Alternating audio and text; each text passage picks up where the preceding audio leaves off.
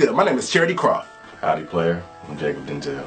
And happy day of mourning! You mean Thanksgiving? Exactly, happy Thanksgiving. What is day of mourning, Charity? I'm glad you asked. So you remember Plymouth Rock, where the Pilgrims settled in the New World and started Thanksgiving?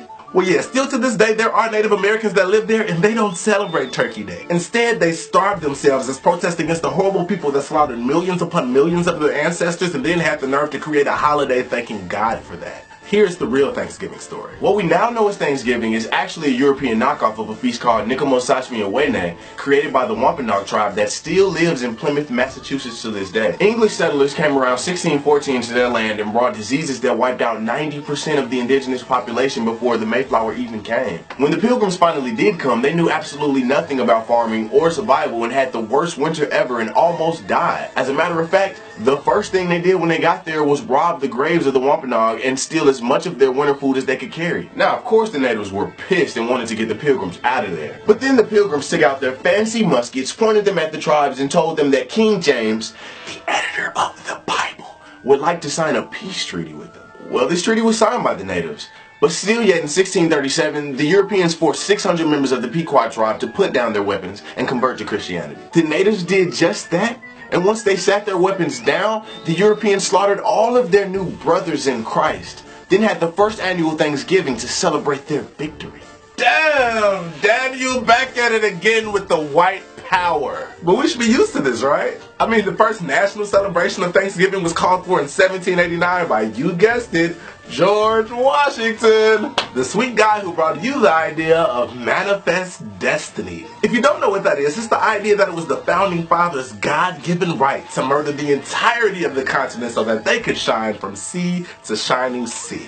So yeah, here's a secret. There's a correlation between European Christianity and ruling the world. There's a correlation between white patriarchy and ruling the world. Gee willikers, Batman, who'd have guessed it? Not me. So yeah, while you devour your turkey legs, the indigenous people of this country will be mourning. To remember Thanksgiving is to remember death, and not only is it to remember death, but the more dangerous notion is that it is to thank God for giving us the supreme right to dominate and to kill, and somehow imagine that God supported us in these conquests. And I know what you're thinking.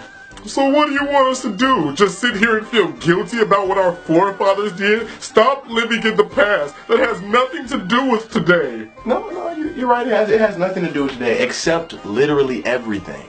You do realize that just last year there was national press covering an enormous protest, the one in Standing Rock with the Sioux tribe. They were being bitten by dogs, pepper sprayed, trying to keep toxic pipelines out of their water, off of their sacred grounds. Well, just about a week ago, those same pipelines that they were worried about actually leaked. 210,000 gallons of that protested oil leaked in South Dakota. I mean, how many groups have to be formed? How many protests have to be had? How many knees have to be taken in order to see the correlation between these injustices?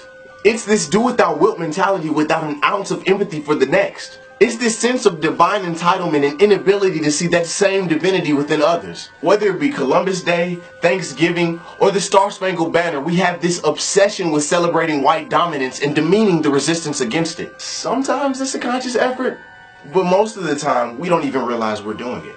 So here's one last interesting thought about Turkey Day.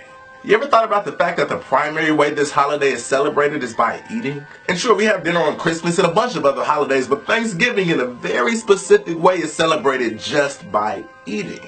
And not just normal consumption, but food in extreme excess. People look forward to this day. It is that one time a year where it is socially acceptable to engorge yourself beyond your stomach's capacity. It is a holiday of gluttony. It is a holiday of literally taking more than you need. It is a holiday of taking more than you need and thanking God for your ability to do that. But I mean, take it for what it is. Spend time with your family, eat, because with our busy American lifestyles, we rarely get the opportunity to do that. I mean, and you know what they say, families only really get to come together on holidays and funerals. Just remember that this holiday is also kind of a funeral. We're about to go eat with our mom so they don't get mad. I love you.